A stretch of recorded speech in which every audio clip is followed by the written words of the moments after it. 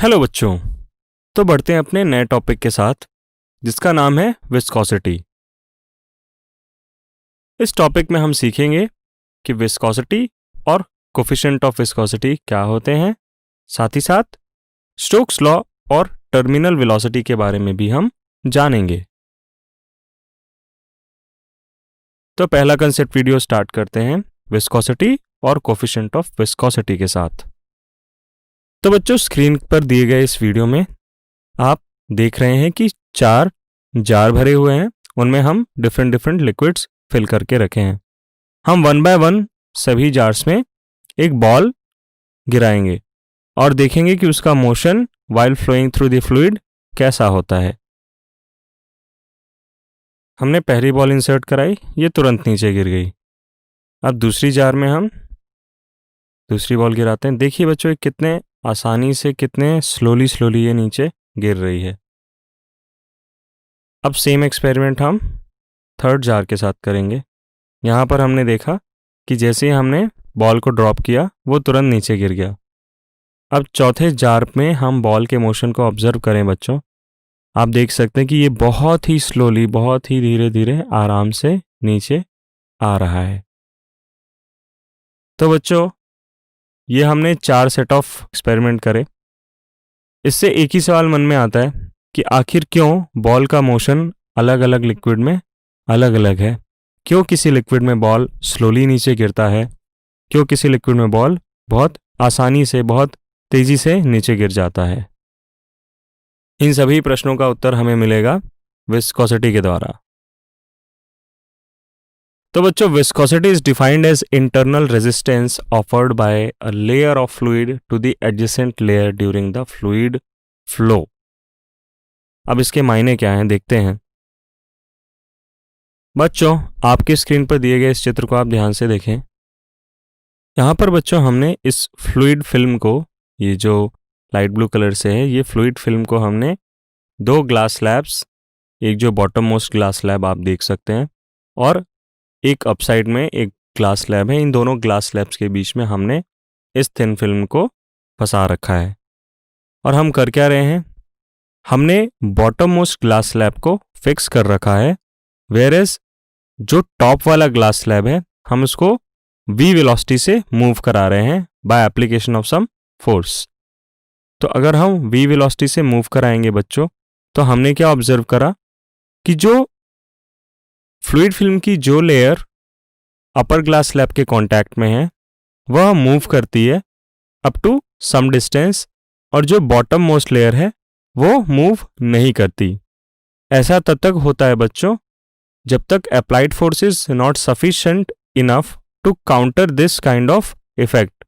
यानी कि ऐसा नहीं है कि हम अपर ग्लास स्लैब को मूव कराते रहेंगे और नीचे वाला फिक्स रहेगा, नीचे वाला भी मूव करेगा। बट हम बात कर रहे हैं उस सिचुएशन की जिस सिचुएशन में नीचे वाली फ्लूइड फिल्म नीचे वाली ग्लास के साथ कांटेक्ट में रहती है। ऑब्वियसली ये फिनोमेना एक मोमेंट ऑफ टाइम तक ही देखा जाएगा।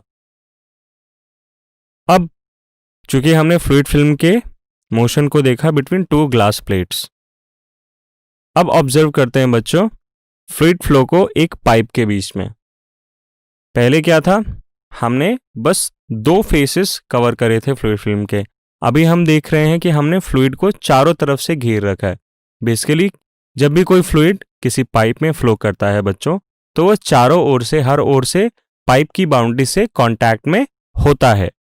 तो ये बेसिकली जो डायग्राम है ये हमारे पाइप में फ्लूइड फ्लो का फ्रंट व्यू है। तो बच्चों आप देख सकते हैं कि जो फ्लूइड की टॉप लेयर है वो अगेन हमारे पाइप की बाउंड्री या जो भी मटेरियल है उसके साथ कांटेक्ट में है। सिमिलरली बॉटम मोस्ट में भी यही फिनोमेना डिस्प्ले हो रहा है कि फ्लूइड की जो लेयर पाइप के साथ कांटेक्ट में है वो उसके साथ ऑलमोस्ट चिपकी हुई है। हम टॉप से जैसे ही सेंटर की तरफ जाते हैं, ये जो स्टिकीनेस फैक्टर है, लेयर्स का आपस में चिपक के रहने वाला ये जो कैरेक्टरिस्टिक है, ये धीरे धीरे कम होता जाता है और सेंटर में ऑलमोस्ट जो सेंटर वाली लेयर होती है जो पाइप की बाउंड्री से सबसे दूर है वह सबसे आगे निकल जाती है।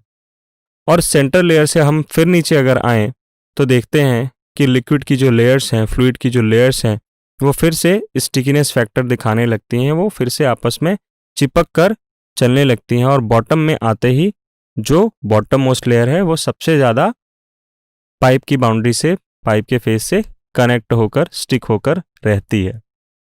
बच्चों ये जो स्टिक होने की टेंडेंसी है, चाहे वो हम फ्लूइड फिल्म को देख लें 2 ग्लास स्लैब के बीच में रखकर, या हम फ्लूइड के फ्लो को किसी पाइप में ऑब्जर्व कर लें, ये जो स्टिकीनेस फैक्टर है, ये जो टेंडेंसी है to slow down when the liquid और the fluid is in contact with some boundary of pipe, ये this display of character is viscosity. अगर आपको इसका फील लेना है विस्कोसिटी का, तो ये जो चिपक जाता है लिक्विड आपके सरफेस पे, that is because of viscosity. बच्चों पहला जो फिगर है जिसमें हमने फ्लूइड फिल्म को ग्लास स्लैब्स के बीच में फंसा रखा है, अगर आप ये डायग्राम ध्यान से देखें बच्चों, तो मैकेनिकल प्रॉपर्टीज ऑफ सॉलिड्स में याद दिलाना चाहूँगा जो आपने पढ़ा था। कुछ वहाँ पे भी कुछ ऐसा ही डायग्राम होता है जहाँ पे हम शीयरिंग स्ट्रेस, शीयरिंग स्ट्रेन की बात करते हैं। कुछ याद आया बच्चों? जी हाँ, तो हम इसी कंसेप्ट को यूज करके coefficient of viscosity find out करेंगे। अब ये कोफिशिएंट ऑफ विस्कोसिटी क्या है? तो बच्चों हम विस्कोसिटी के मैथमेटिकल पार्ट में जा रहे हैं, because we need to understand and we need to analyse कि कितना विस्कस फोर्स फ्लूइड के फ्लो के दौरान ऑफर हो रहा है। So the coefficient of viscosity for a fluid is defined as the ratio of shearing stress to strain rate.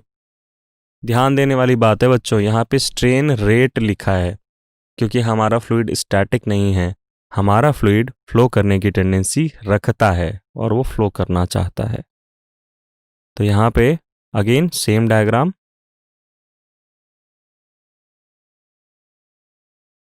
बच्चों eta जो कोफिशिएंट ऑफ विस्कोसिटी हमने प्रपोज करी है, that is defined as shearing stress upon strain rate.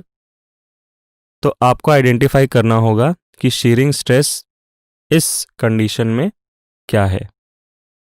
बच्चों F force जो अपर glass slab में हम apply कर रहे हैं, divided by area of fluid in contact, this gives us shearing stress.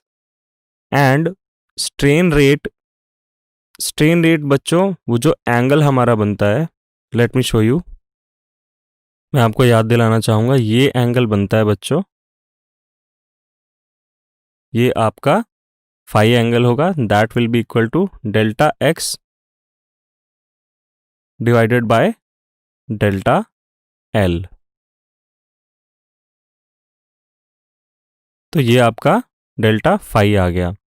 अब बच्चों डेल्टा फाई क्यों लिखा है, मैंने डायग्राम में फाई बनाया, मैंने इस पर्टिकुलर इंस्टेंट ऑफ टाइम पे ये एंगल मेजर किया फाई, बट एक्चुअल में अगर आप देखें, बिकॉज जो हमारा टॉप मोस्ट ग्लास स्लैब है वो मूव कर रहा है, तो हम फाई में जो चेंज आ रहा है डेल्टा फाई, हम उसे मेजर करेंगे।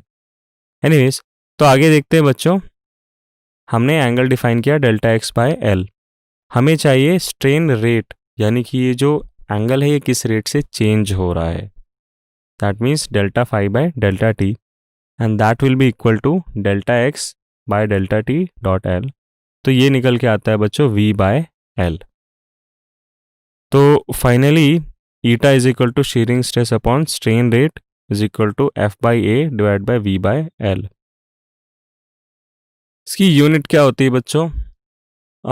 अगर आप ध्यान से देखें तो वापस फॉर्मूले में जाते हैं, शीयरिंग स्ट्रेस एफ अपॉन ए यहाँ पे पास्कल आ जाएगा और डिनोमिनेटर में v बाय एल है, v है वेलोसिटी बच्चों यानी मीटर पर second, divided by L which is the separation between glass slabs, तो ये भी मीटर्स में होगा। तो फाइनली आपकी यूनिट निकल कर आती है पास्कल सेकेंड और न्यूटन सेकेंड पर मीटर स्क्वायर, ये एमकेएस यूनिट है, और पॉइसल ये इसकी सीजीएस यूनिट है। 1 pascal second is equal to 1/10 पॉइसल।